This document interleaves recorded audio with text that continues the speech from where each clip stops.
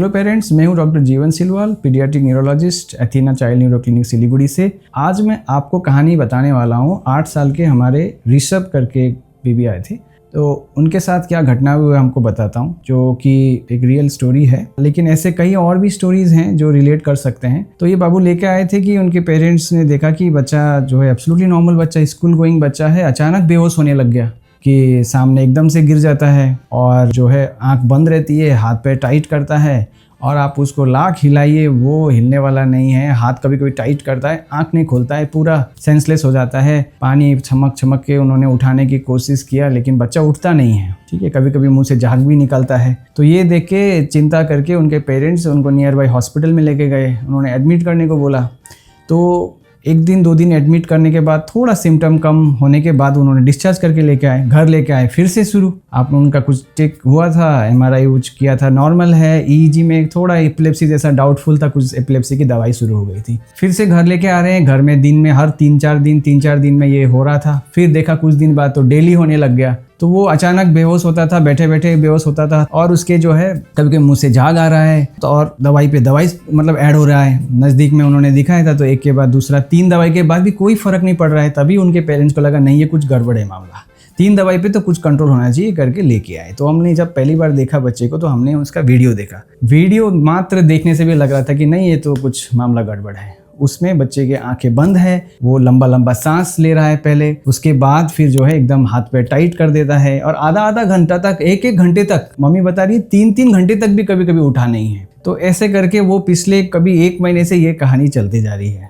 तो बाहर का EEG एबनॉर्मल था, हमें कंफर्म करना पड़ेगा। हमने एक EEG यहाँ पे रिपीट करवाया, बाहर का MRI नॉर्मल है। तो EEG में हम देख रहे हैं एब्सोल्युटली नॉर्मल है। लेकिन पेरेंट्स आप जानते हैं कभी कभी एपिलेप्सी में भी EEG नॉर्मल हो सकता है ना। इसे अगर ये जानना है तो आप इससे पहले वाली वीडियो को देख सकते हैं जिसमें हमने बात की है।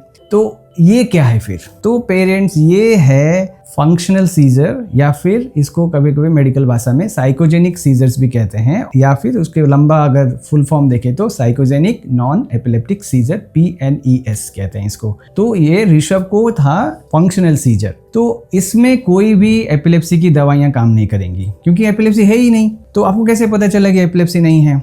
तो उसके लिए एक ही चीज़ है डिफरेंशिएट करने के लिए कि हम जब वीडियो देखते हैं को एपिलेप्सी में के सीजर्स में और ये फंक्शनल सीजर्स में कुछ चीज़ें जो हैं देखने मात्र से भी बहुत बार हम लोगों को पता चल जाता है। इसी में तो आपका एक्सपर्ट का रोल है कि वो बता पाएंगे कि ये है कि नहीं है। केवल इसलिए वीडियो इंपॉर्टेंट होता है। सीजर्स में हमेशा ज़्यादातर पेरेंट्स आंखें खुला रहती हैं। जब सीजर्स आते हैं, रियल सीजर्स मतलब क्या है, ब्रेन में करंट चलता है तो आंखें जो हैं एक तरफ हो जाएगी, एक तरफ देखते रहेंगे, शरीर पूरा एक तरफ जाएगा और आंखें ऐसे के ऐसे ही या ऊपर के ऊपर आंख ओपन रहेगा। ये बहुत बड़ा सिम्टम है ना। अगर आपके बच्चे को सीजर्स हो रहे हैं, हर बार आंखें बंद हैं, तो फिर ये एक क्वेश्चनेबल चीज़ है। और जो है सीजर्स में एक टिपिकल पैटर्न होता है, हाथ टिपिकल रूप में झटकता है, शरीर एक प्रकार से झटकता है ना।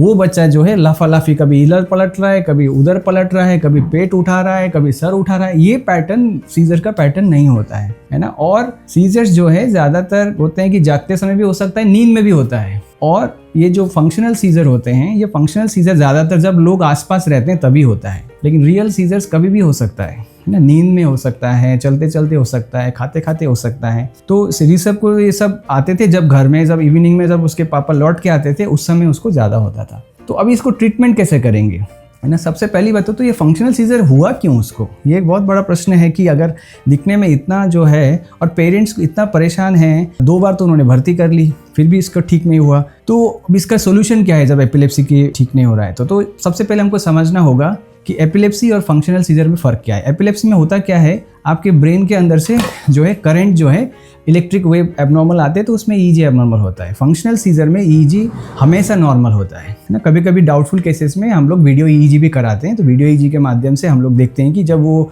जिस तरीके का सीजर्स आते हैं वो उस समय एब्सोल्युटली EEG में करंट नॉर्मल आता है। यहाँ पे भी एक इंपॉर्टेंट चीज़ है कि आपका EEG abnormally by mistake reported भी हो सकता है। ये कई बार होता है जिसकी वजह से अननेसेसरी दवाइयाँ चलती हैं। तो इसीलिए यहाँ पे हमेशा एक एपिलेप्सी एक्सपर्ट से ही EEG रिपोर्टिंग करना चाहिए। ये बहुत इंपॉर्टेंट चीज़ है। दूसरा चीज़ है कि आपके जो साइकोजेनिक सीजर होता क्यों है कि आपके अगर ब्रेन को देखें कि ये एक नया विषय है, ठीक है, ये अभी साइंस में बहुत रिसर्च होने के बाद भी एग्जैक्ट कॉज पता नहीं चला है अभी तक कि एग्जैक्टली होता क्यों है। इसके बहुत सारे थ्योरीज हैं, मैं शॉर्टकट में आपको समझाने की कोशिश करता हूँ कि क्यों एक्चुअली ये साइकोजेनिक सीजर्स होते हैं। क्योंकि देखिए एपिलेप्सी ट्रीट करना आसान है, आप दवाई दीजिए वो कंट्रोल हो जाएगा, एक नहीं तो 2 दवाई से तो दवाई कंट्रोल होना ही है। कुछ तो फर्क मिलेगा, तो 50% कम 60% कम कुछ तो फर्क आएगा, 10 का 9 तो होना चाहिए, लेकिन इसमें कुछ फर्क नहीं पड़ेगा। इनफैक्ट कभी कभी उससे और वर्सन भी होता है, दवाई के साइड इफेक्ट्स आते हैं और ज़्यादा सोते हैं, ये सब हो सकता है। तो साइकोजेनिक सीजर या फंक्शनल सीजर का मतलब ये है कि आपके ब्रेन के ये रिलेटेड होता है हमारे जो है स्ट्रेस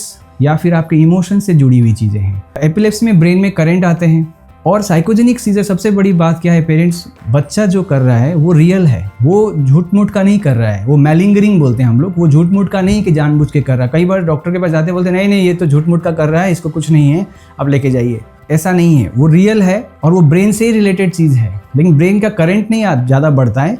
होता क्या है कि रिसर्च में ये पता लगाया है कि उनके जो ब्रेन के कनेक्शंस हैं, हमारे ब्रेन में क्या होता है, एक होता है फ्रंटल लोब सामने की तरफ, जिससे हम लोग हाथ पैर जो हैं हमारे मोटर कॉर्टेक्स होते हैं, जहाँ से शरीर हिलता डुलता जो है वहाँ से आता है। और एक होता है हमारा इमोशनल सेंटर, हमारे ब्रेन में होता है, अंदर होता है लिम्बिक एरिया बोलते हैं हम लोग, जो यहाँ पे एक लिम्बिक सिस्टम होता है जो हमारे अंदर के डर, हमारे अंदर के इमोशन सारे उससे जुड़े हुए हैं। और ये कॉर्टेक्स का और लिम्बिक सिस्टम का एक कनेक्शन होता है।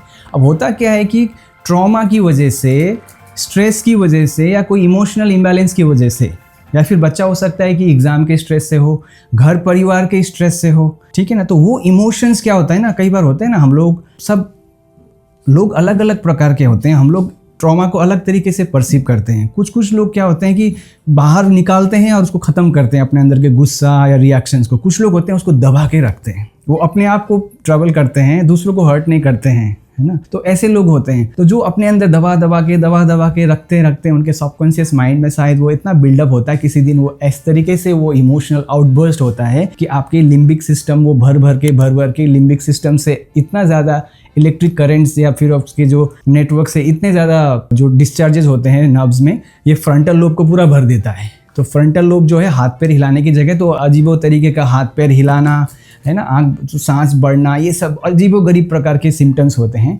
तो इसमें बच्चा एक्चुअली जानबूझ के नहीं कर रहा है पेरेंट्स, और ये रियल प्रॉब्लम है और ये बहुत डिफिकल्ट है ट्रीट करने के लिए। तो इसमें सबसे इंपॉर्टेंट चीज़ है कि पहले किसी को पता तो चले कि भाई ये सीजर नहीं है, ये फंक्शनल सीजर है। तो ऋषभ के केस में क्या हुआ था, इसमें सबसे बड़ा रोल होता है आपके चाइल्ड साइकोलॉजिस्ट का। सबसे पहले तो एक न्यूरोलॉजिस्ट देख के बोलेगा कि भाई ये सीजर नहीं है, आपका ईजी नॉर्मल है, वीडियो देख के लग रहा है कि ये साइकोजेनिक सीजर है। तो हम लोग उससे कई क्वेश्चंस करते हैं, स्कूल से रिलेटेड कोई प्रॉब्लम है क्या, घर में कोई प्रॉब्लम है क्या, क्योंकि इमोशनल जो है जो इम्बैलेंस होने के कई रीजंस हो सकते हैं। एग्जाम का टेंशन हो सकता है, सबसे इंपॉर्टेंट घर परिवार में कभी कभी माता पिता के बीच के कॉन्फ्लिक्ट्स की वजह से भी बच्चा बहुत कुछ झेल रहा होता है ना। तो हम सबकी कहानी अलग होती है फैमिली की, तो उसकी वजह से भी बच्चा देख देख के अपने अंदर वो सप्रेशन पालता है। डर की वजह से होता है। स्कूल में देखिए कुछ बच्चे होते हैं, उससे बड़े बच्चे जो हैं उसको कभी मारपीट कर रहे हैं, कुछ होता है कि सेक्सुअली भी एक्सप्लॉइट कर रहे हैं, है ना, होता है, ये बताते नहीं है बच्चे, अपने अंदर दबा दबा के रखते हैं। तो ये सारी चीज़ें कभी कभी सडनली उस तरीके से आता है। तो साइकोलॉजिस्ट उनके साथ जो है हफ्ते में 2-3 सेशन, डिपेंड करता है बच्चे के ऊपर, जब उससे डिस्कशन करेंगे तो कभी कभी ये चीज़ें बाहर आता है। तो ऋषभ के केस में उनके पेरेंट्स के बीच में थोड़ा जो अनबन जो बहुत दिन से चल रहा था, वो देख देख के उसके अंदर ना जाने कुछ बच्चा अंदर डर के मारे या किसी वजह से रखा। हमने सारा दवाई बंद किया, साइकोलॉजिस्ट के पास भेजा, हम लोगों ने उनको कोई दवाई नहीं दी, ठीक है, सारा ऑफ करके हमने साइकोलॉजिस्ट के पास भेज के जब हमने काउंसलिंग करवाया, कुछ सेशन के बाद वो बहुत बेटर हुआ। तुरंत बंद नहीं हुआ क्योंकि ये एक दिन में ख़त्म नहीं होता है। इसमें सबसे इम्पॉर्टेंट चीज़ है कि पेरेंटल एजुकेशन देना कि आपके बच्चे को सीजर्स नहीं हैं, ये फंक्शनल सीजर्स हैं, और आपको डॉक्टर चेंज नहीं करना है, क्योंकि दवाई आपके हर डॉक्टर के प्रिस्क्रिप्शन बदलेंगे, सिम्टम नहीं बदलेगा बच्चे का। तो ये सबसे इंपॉर्टेंट चीज़ है कि पेरेंट्स को ये एक्सेप्ट करना कि बच्चे को एक्चुअली मिर्गी की प्रॉब्लम नहीं है, ये दवाइयों से ठीक होने वाली चीज़ नहीं है, ये एक्सेप्ट करना सबसे इम्पोर्टेंट होता है। तो जब मेरे पास ऐसे बच्चे आते हैं, ये तो ऋषभ की कहानी मैं आपसे शेयर कर रहा हूँ, मेरे पास ऐसे हर कुछ दिनों में ऐसे कहीं ना कोई पेशेंट्स जो हैं बच्चे लेके आते हैं। तो मेरा बहुत टाइम चला जाता है ऑनेस्टली बताऊं तो, क्योंकि मुझे इसको समझने से ज़्यादा काउंसलिंग करके पेरेंट्स को कन्विंस करने में बहुत समय चला जाता है। तो मुझे एपिलेप्सी ट्रीट करना ईजी लगता है ऑनेस्टली बताऊं तो पेरेंट्स ये बहुत इंपॉर्टेंट चीज़ है और ये रियल लाइफ में बहुत बार होता है, बड़े लोगों के साथ होता है। और अगर आपके बच्चे 4 या 5 साल के ऊपर हैं तो छोटे बच्चों को भी होता है। पेरेंट्स ये चीज़ याद रखिए कि छोटे बच्चों को कैसे हो सकता है, बिल्कुल होता है। उनके अंदर इमोशंस होते हैं, वो खुश होते हैं, वो डरते हैं। तो उनके किसी भी वजह से अगर अपने इमोशंस को किसी भी वजह से सप्रेस हो रहा है, वो एक्सप्रेस नहीं कर पा रहे हैं, किसी दिन इस रूप में बाहर आ सकता है। तो आपको क्या करना है, वीडियो बनाना है और नज़दीक में आपके पास जो भी एपिलेप्सी एक्सपर्ट हैं, स्पेशली पीडियाट्रिक न्यूरोलॉजिस्ट अगर आपके पास हैं, तो वो आपको ट्रीटमेंट में गाइड करेंगे। तो ये इन्फॉर्मेटिव वीडियो मैं यहीं पे अंत करना चाहता हूँ और फ्यूचर में फिर से कोई ऐसे इन्फॉर्मेशन के साथ दोबारा मिलेंगे। Thank you.